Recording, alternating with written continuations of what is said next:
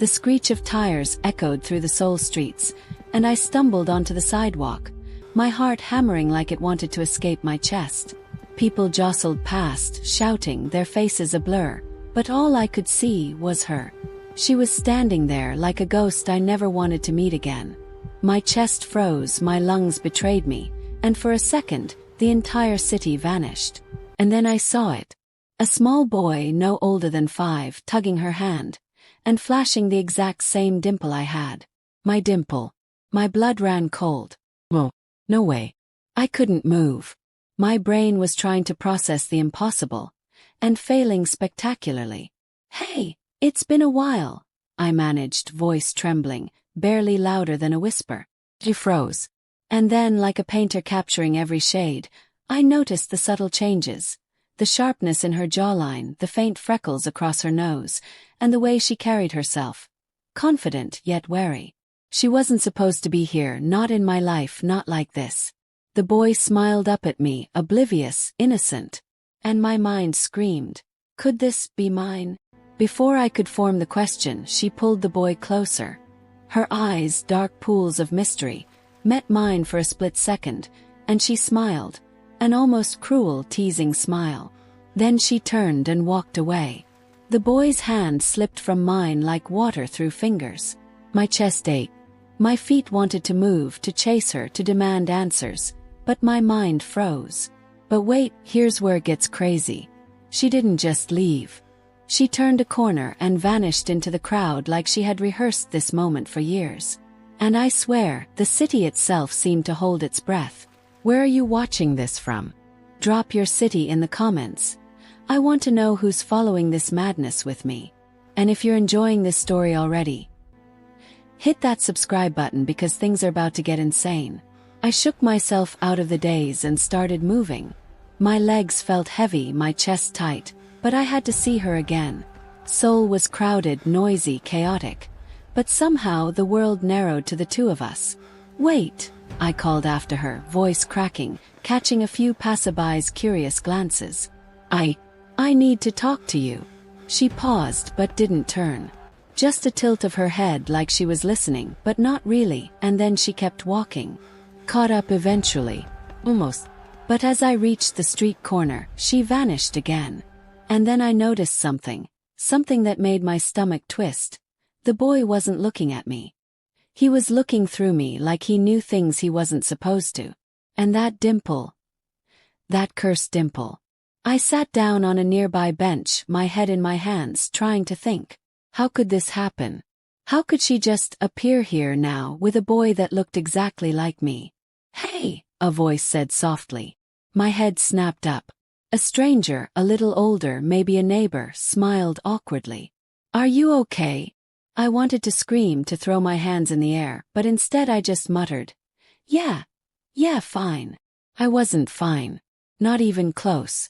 I didn't notice at first that people were staring, whispering. But I didn't care. My thoughts kept looping. She left me, or so I thought.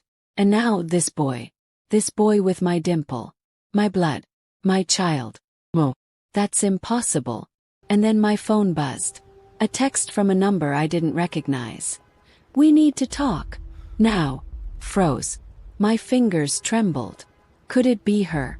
Or was this someone else? Pulling me deeper into the chaos I couldn't control. I typed back instinctively. Who is this? No response. Just the buzzing again and again. My heartbeat matched the rhythm. Fast, erratic, unrelenting. And I realized something terrifying. I didn't just want answers. I needed them. Looping in my mind, I remembered the nights I spent staring at the ceiling in our tiny Seoul apartment, wondering if she ever thought about me, about us. And now, standing in the middle of this busy street, I realized how naive I had been. Life doesn't hand out neat endings. Life throws curveballs that make you question everything you thought you knew. I started moving again, following the trail of her shadow in the crowd. But the moment I turned a corner, I ran straight into someone else. Literally. Watch where you're going, a woman snapped, brushing past me. I looked up, expecting another stranger. But no, it was her. Again. Smiling, calm, almost untouchable. You're persistent, she said, tilting her head. Or maybe foolish. Can't tell which. I swallowed hard. I need answers. My voice sounded desperate even to me. She laughed softly, the kind of laugh that makes your chest ache because it's beautiful and cruel at the same time. Answers, huh? You really want answers, or just confirmation of your own assumptions? I stepped closer. My gut told me not to, but I did anyway. I need to know who he is. The boy, is he mine? Her smile faltered just a fraction. And in that moment the world slowed. I wanted to see her eyes, to read her thoughts, to find any clue. Maybe he is, she said quietly, almost whispering. Maybe he isn't. Does it matter? WTF. My brain short-circuited. I wanted to scream, to throw everything I'd felt, everything I'd buried, right at her. But I couldn't. Not yet. I realized something. This wasn't just about me. It was about her, about him, about all the messy pieces of a life I thought I understood. And suddenly Seoul felt too big, too loud, too confusing. And yet, I couldn't look away. Here's where it loops back. I had to know the truth. Every instinct in me screamed to follow her, to force her to tell me. But something held me back, a mixture of fear, hope, and something else I couldn't name. And right as I took a step forward, she turned a corner and vanished again. But wait. Here's the twist that makes you say WTF. When I finally reached the corner, expecting nothing but empty street, I saw a note taped to a lamppost. It read, "If you want to find the truth, meet me where it all began." No signature. No explanation. Just those words. My mind was racing. Where it all began. Was she talking about the apartment? The first date? Or something else entirely? By now my chest was tight, my fingers trembling, my mind looping faster than the cars whizzing by. And then I heard the boy's laugh behind me. I turned, heart in my throat, and he was gone. Seoul felt like a maze designed to trap me, to tease me, to test me. And yet I knew one thing. I had to follow this. I had no choice. If you're enjoying this story so far, hit that subscribe button because the chaos has only just begun. And trust me, you do not want to miss what happens next. I stared at the note on the lamppost, heart thudding like a drum. Where it all began. My mind raced through every memory. The first time we met, the tiny apartment in Hongdae, the street corner where we'd shared our first laugh. Was she leading me there? Or was it a trap? The boy's laugh echoed in my head again. I spun around. Nothing. The street was empty. People walked past me like I was invisible, but I felt like the entire city had tilted, as if Seoul itself was testing me. I stuffed the note into my pocket and started walking. The city lights reflected off the wet pavement, giving everything a surreal glow, and I couldn't shake the feeling that I was being watched. Maybe I was paranoid, I told myself. But deep down, I knew better. Looping back to the hook. I had to see her. I needed answers, even if they were painful. And I had a feeling this night would change everything. I followed the familiar streets toward our old neighborhood. The cafes were closing, the neon lights flickered, and the smell of street food mixed with the dampness of the evening. Memories crashed over me.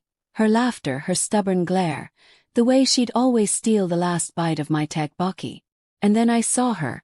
Again. Standing at the corner of the little bookstore where we'd first kissed. "Why do you keep showing up?" I muttered under my breath. She turned slowly, and this time I noticed something new. A small scarf tied around her wrist, colorful and vibrant, with a tiny charm dangling from it. My stomach dropped. I remembered that charm, it was mine. I had given it to her years ago. "You remember that?" I asked, stepping closer. Her eyes flickered and she smiled. "Of course. Some things. You never forget." I swallowed. "Then why did you leave? Why disappear and leave me empty?" Her gaze softened for a fraction of a second, but then her composure returned. "Life isn't always as simple as love, you know." I opened my mouth to argue, but she raised a hand. "Let's not do this here." Her voice dropped to a whisper. "Follow me. But not too close." I followed her cautiously, weaving through narrow alleys and quiet streets. Every step brought a rush of memories and tension. The boy's dimple haunted me. Why hadn't she told me? But wait, here's where it gets crazy. Halfway down a narrow alley, she stopped abruptly, and I almost ran into her back. "You always rush," she said, eyes sparkling with mischief. "Some things are worth waiting for." Blink. Was that a tease or a warning? The alley opened into a small, abandoned courtyard. Old graffiti lined the walls. And there, in the center, a single swing hung from a rusty frame. And sitting on that swing was the boy. "Go on," she said softly, pointing. "He's waiting." Froze. My legs wouldn't move.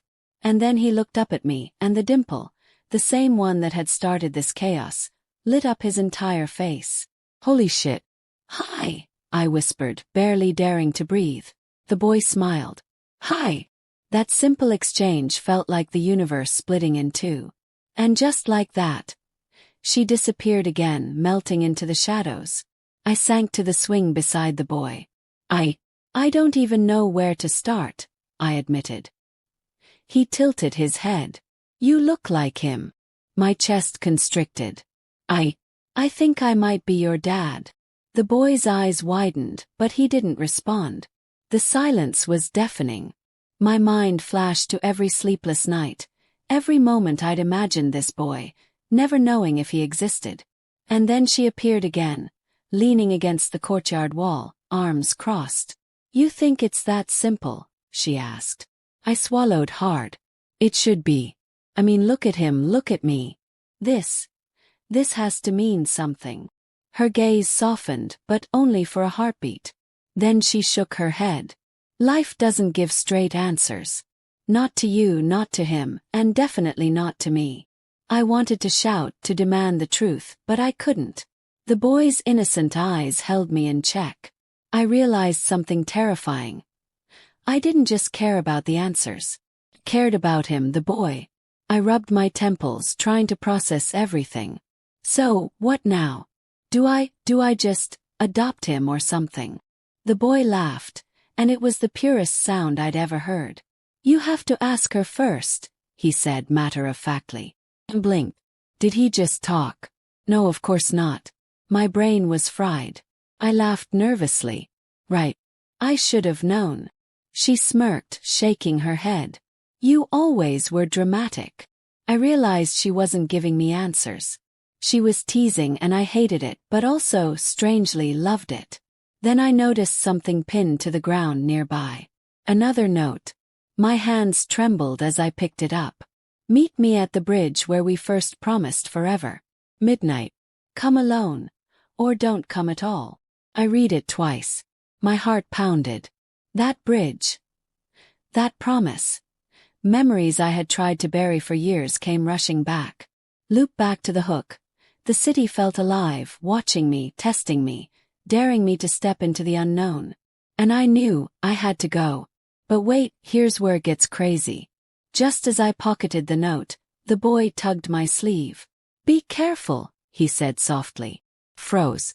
He didn't speak like this. Did she teach him that? Or had he always known more than he should? I looked at her again. She was gone. The courtyard was empty except for the swing, the graffiti, and the lingering echo of her laugh. I had no choice. I had to go to the bridge. The answers, the truth, the boy's connection to me. All of it was waiting there. And I knew deep down that my life would never be the same after this night. If you're enjoying this story so far, hit that subscribe button because trust me, you do not want to miss what happens next. And don't forget, comment your city, tell me where you're watching from. The bridge loomed ahead like a memory frozen in time. Seoul's night sky reflected in the Han River, neon lights shimmering in the water, casting everything in a surreal glow. My chest tightened, each step heavier than the last. I couldn't stop thinking about her, the boy, and the impossible truth I was chasing. Looping back for tension, I clutched the note in my hand. Come alone, or don't come at all. Alone. Thought. Alone. I glanced at the swing where the boy had been. He had vanished. My heart sank. The city felt silent, oppressive. But then, a soft giggle from behind me. Spun. Nothing. Just the river, the distant lights, and the faint hum of the city. But wait, here's where it gets crazy. A shadow moved near the bridge's entrance. Her silhouette. She was waiting for me, arms crossed, watching me like a predator sizing up prey. And yet, that same charm from before glinted at her wrist, the tiny reminder of us that I couldn't ignore. "You're late," she said, voice calm but sharp. Look, I had to make sure he was safe," I said, my voice cracking. "The boy." She raised a hand, silencing me. "Don't. Not yet." Froze. Her tone carried weight, like there were rules I didn't know. And maybe there were. We walked onto the bridge in silence. The wind whipped around us, carrying the smell of the river and the city below. Every step my heart thudded. Finally I spoke. "Why did you leave? Why disappear without a word?" Her gaze softened for the first time, but the next second it hardened again. "Do you really want to know the truth? Or just the version that's easy for you?"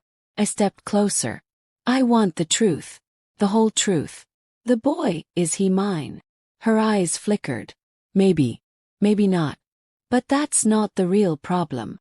I blinked. "What do you mean?" She turned, pointing to the river below. "Everything you thought about us, about why I left. It's all a lie. And the reason isn't just me. It's bigger. Way bigger." My stomach sank. Bigger. What could be bigger than the boy with my dimple suddenly appearing in my life? "Listen," she said, voice dropping. "I can't tell you everything here. Not yet. But if you want answers, you have to trust me. And you have to follow me. Completely. No questions until the right moment." I felt my brain short-circuit. Trust her.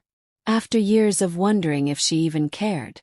And now she was asking me to follow blindly, into the unknown. "Fine," I muttered. "I follow. But if this ends badly," she smiled, a mix of amusement and challenge, "then you'll know what regret feels like." As we moved forward, I muttered under my breath. "This is insane. I'm following a woman I barely know, chasing a boy who may or may not be my kid, in the middle of Seoul at night." She glanced at me, eyebrow raised. "You always talk too much." I laughed nervously. "Right, because following strangers through the city at midnight is normal." She smirked, but I could see it, just for a fraction of a second, the vulnerability beneath the confident facade. And it hit me. She had been carrying this weight alone all these years. We reached an old warehouse near the Han River, its walls covered in peeling paint, lights flickering sporadically.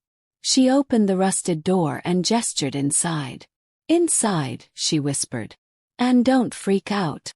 Followed cautiously. Inside, the space was empty, except for a small table, and on it a photo. My photo. From years ago. And next to it, the boy's baby pictures. Froze. How did you? She held up a finger. "Shoo, look." On the table was a file. Picked it up. It was filled with documents, pictures, timelines, and a series of DNA test results. My blood ran cold. "No way." "This proves it," I said, voice trembling. "He's mine." She shook her head. "Yes, but it's more complicated than that. Someone has been watching you. Someone controlling pieces of this story. And they're not done yet." I felt like the floor had dropped beneath me. Watching me. Controlling what? "Exactly," she said, eyes darkening. "And that's why you need to follow me. If you make one wrong move, you'll never see him again." I wanted to protest, to argue, but the air shifted. A shadow fell across the doorway. Someone was there. Someone large. Before I could react, she grabbed my hand. "Run." We bolted, heart pounding, weaving through the darkened warehouse. Every corner, every shadow felt alive. My mind was looping. Who is this? What have I walked into? And why does this feel like the start of a war I can't win? As we burst into the alley, I looked back. The figure had disappeared. And just like that, she let go of my hand, stopping abruptly. "I can't take you any further," she said. You need to figure out the next step. Alone. And remember. Her eyes pierced mine. Not everything is what it seems. And the boy, he is more important than you think. WTF. My brain short-circuited. She was gone again, leaving me with nothing but the night, the river, and my racing heart. If you're enjoying this story so far, smash that subscribe button. Trust me, you do not want to miss what happens next. And hey, comment below where you're watching from. I want to know who's following me on this insane ride. I pocketed the file, my hands trembling. The city lights reflected off the river like shards of broken glass.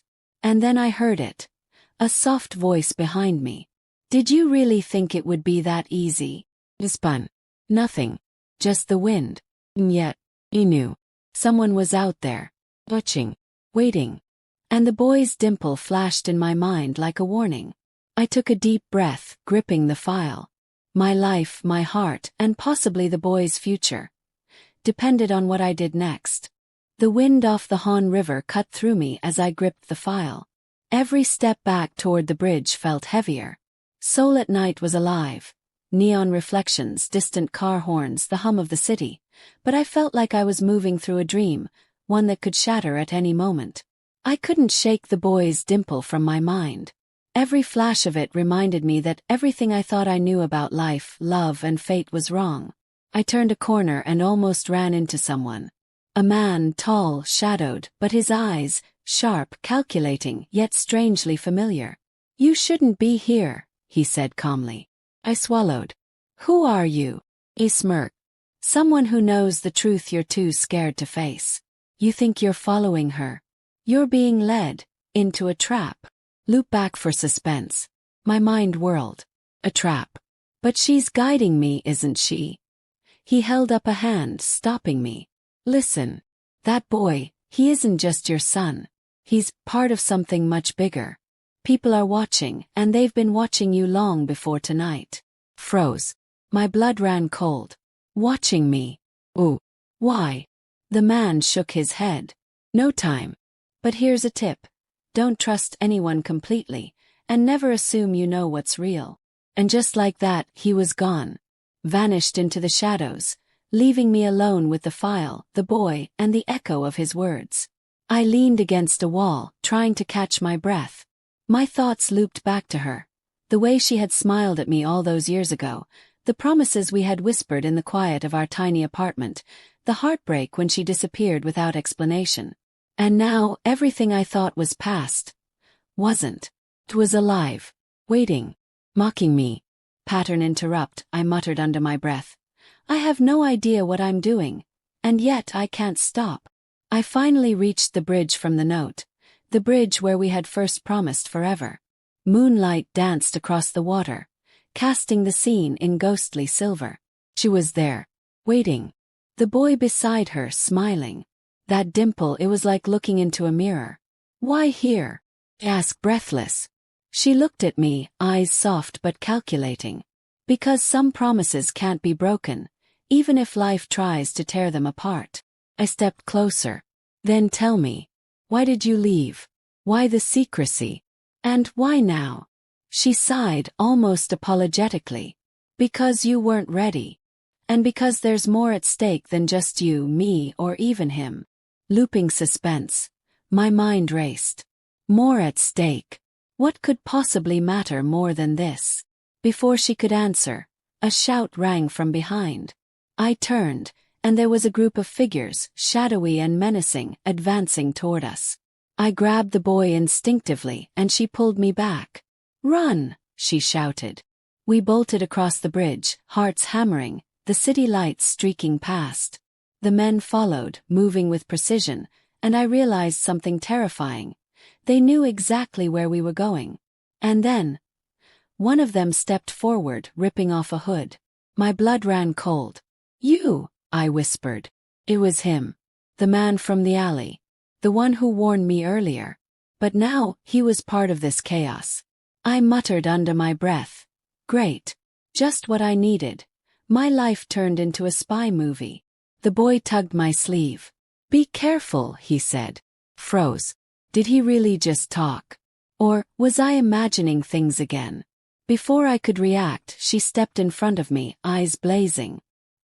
"He's not playing games," she said. "And neither am I. But there's a choice. Fight or let them win." I looked at the boy, then at her, then at the approaching shadows. My chest ached, my mind screamed, and yet I knew I had to make a move. And then, a flare of light. The men froze. A helicopter spotlight illuminated the bridge, casting long shadows across the water. And from above, a voice boomed. "Step away from the boy." My heart stopped. What the hell? The spotlight scanned the bridge, freezing everyone in place. She grabbed my hand, pulling me toward the side, and whispered urgently, "Now you understand. This isn't just about us. It's bigger. And the boy, he holds the key." I looked at the boy, at the dimple that had started this entire nightmare, and I felt everything crash down. Fear, love, confusion, and an unshakable need to protect him. The men moved suddenly, breaking toward us again, but before anything could happen, the screen of my mind went blank. If you're still with me, hit that subscribe button because the next part of this story is going to blow your mind. Where are you watching from? Drop it in the comments. I need to know who's along for this insane ride. If you want to know what happens next, comment part 2. Trust me, you do not want to miss the chaos, the truth, and the twists coming in the next chapter. The boy's dimple flashed in my memory, and I knew, in that moment, nothing, absolutely nothing, would ever be the same again.